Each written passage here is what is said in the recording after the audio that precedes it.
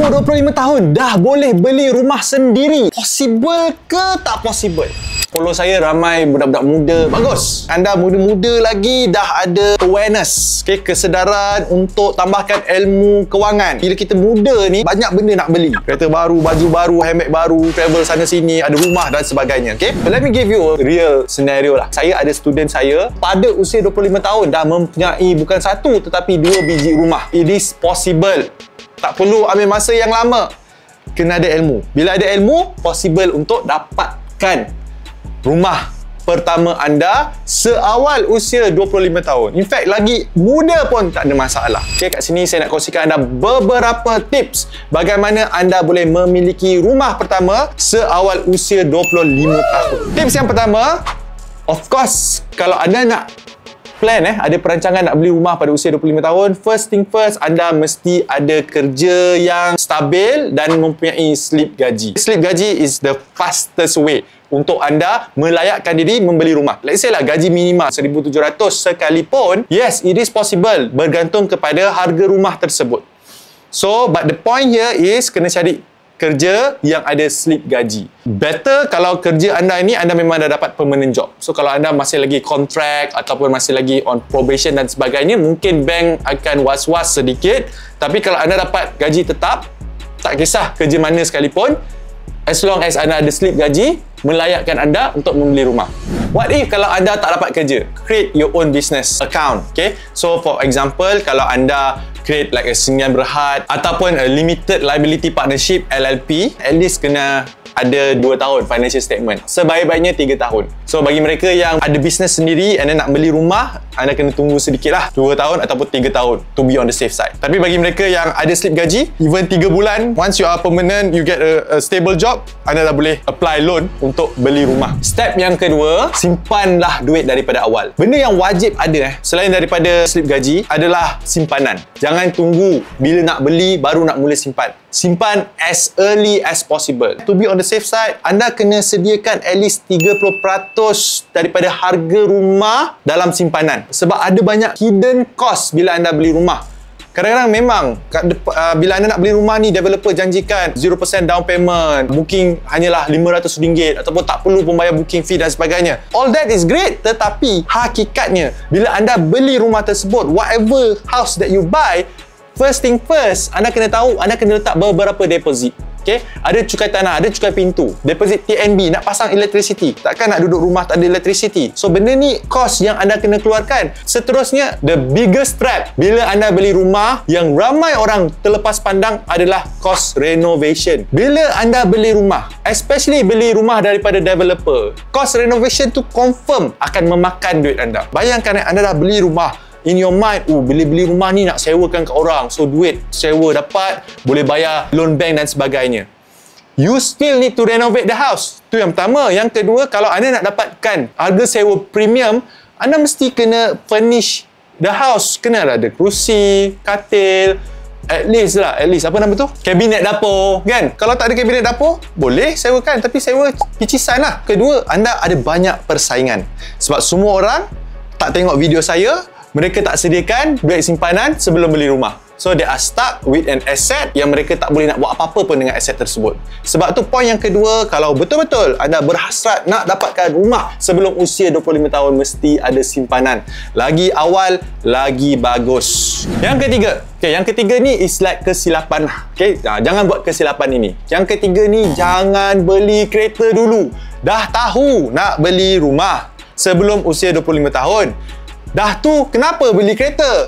Kalau anda beli kereta dulu, confirm susah anda nak beli rumah. Sebab bila anda dah beli kereta, automatically dalam bank, sistem bank dia akan nampak yang anda dah ada installment bayar bulan-bulan untuk kereta. So, bila anda nak apply beli rumah, bank akan tengok, you punya gaji ni, and then beli kereta mahal pula tu. Tak ikut nasihat saya, harga kereta jangan lebih 1 tahun gaji. So, kalau gaji RM3,000, darab 12, RM36,000. Janganlah beli kereta lebih daripada RM36,000. Okay? So, bila anda beli lebih daripada RM36,000, mungkin dah makan 1/3 ataupun 1/2 setengah daripada gaji anda. Duit lebihan anda tu tak cukup pun nak menampung pembiayaan yang anda kena bayar untuk beli rumah pertama anda. So, avoid buying a car. Kalau plan dia nak beli rumah dulu.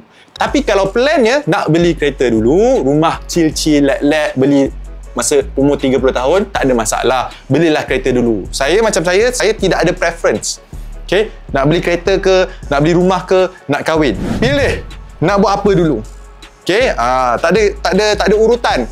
Lain orang, lain seleranya. Ada orang tu dah tak tahan, dia nak kahwin dulu. Kahwin. Silakan kahwin dulu. Okay? Ada orang dia memang kerja dia membuatkan dia terpaksa travel jauh, beli kenderaan dulu. Ada orang chill.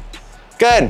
I kerja work from home. I pun tak ada rushing nak kahwin. So you boleh beli rumah dulu. Bila you dah beli rumah, you ada asset. And asset itu setiap tahun insya-Allah harganya, value-nya akan naik. Itu kelebihan orang yang beli rumah dulu pada usia yang muda. Okay?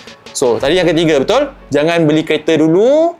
Kalau nak beli kereta pun, beli kereta second hand yang anda boleh bayar cash. Macam tu, lump sum. That's it. Tak ada komitmen, tak ada hutang dengan bank. Seterusnya, yang keempat, elak buat loan credit card ataupun personal loan. Ini hutang jahat. Bila anda ada credit card dengan personal loan ni, bayaran komitmen bulanan itu akan mengurangkan gaji anda. So, bila gaji of course kalau muda kan, usia 25 tahun, tak expect lah gaji besar kan. Melainkan kerja dengan mak ayah bagi gaji besar, tak ada masalah lah. Tapi kalau kerja dengan syarikat, tak ada pengalaman, of course you start from gaji yang rendah. Mungkin 2,000, 2,500, 3,000 dan sebagainya.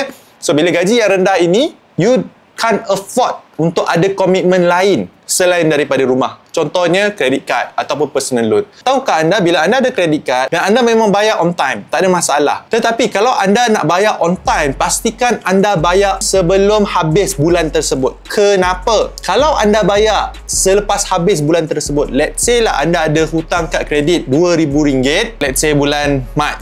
31 Mac, anda tak clear lagi hutang anda bayar 1 April, RM2,000 anda, outstanding loan anda pada bulan Mac itu akan reflected dekat anda punya SeaCris. Bank akan print SeaCris anda, dia akan nampak, kredit kad anda outstanding RM2,000 pada bulan Mac. Betul?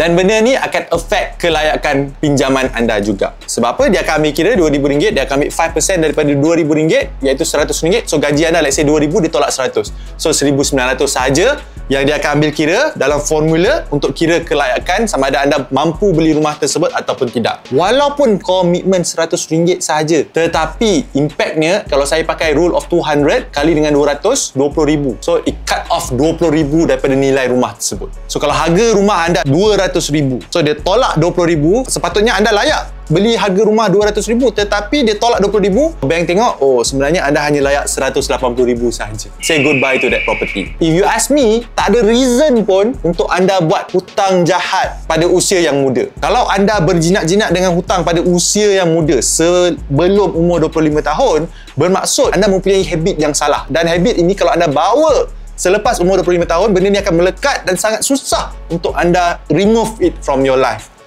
So, I hope that you don't do mistake number 4. And last but not least, yang kelima, ada ilmu untuk pilih rumah yang betul. Pembelian hartanah, especially yang pertama. Anda put all your effort into buying the right house. Kalau anda salah beli rumah pertama, dia akan menghantui anda sampai bila-bila. Sebab rumah ni jangan main-main. Rumah ni adalah satu aset yang sangat-sangat mahal, sangat besar. Kalau anda silap beli rumah pertama, rumah mungkin tak siap. Nauzubillah. Tak ada orang nak duduk. Whatever it is, you will be trapped with that asset. I would call dead asset. Aset mati yang anda ada hutang mungkin 30 tahun, 35 tahun. So you cannot do anything about that property. So this is very, very, very dangerous. Kalaulah benda ni berlaku kat rumah keempat, kelima, tak apa. Sebab anda ada rumah pertama yang anda boleh buat something untuk selamatkan rumah-rumah anda selepas itu. Tapi kalau rumah pertama anda pun dah salah, nak beli rumah kedua, ketiga memang sangat susah. Nak let go rumah pertama ni pun susah. So that's why it's very, very important to find the right first property. Saya bersyukur sebelum saya beli rumah pertama saya kat Kelana Jaya, I spend 2 years to study market, teknik and to build up my saving supaya rumah pertama saya ini tak memberi saya masalah. Alhamdulillah, sampai sekarang ini rumah pertama saya sampai sekarang memang full, tak pernah kosong. Penyewa keluar, penyewa masuk. Because I buy the right property. I hope you learn something. Membuka minda anda. Siapa cakap dah tua baru boleh beli property? That's all from me. Jumpa anda dalam video saya seterusnya.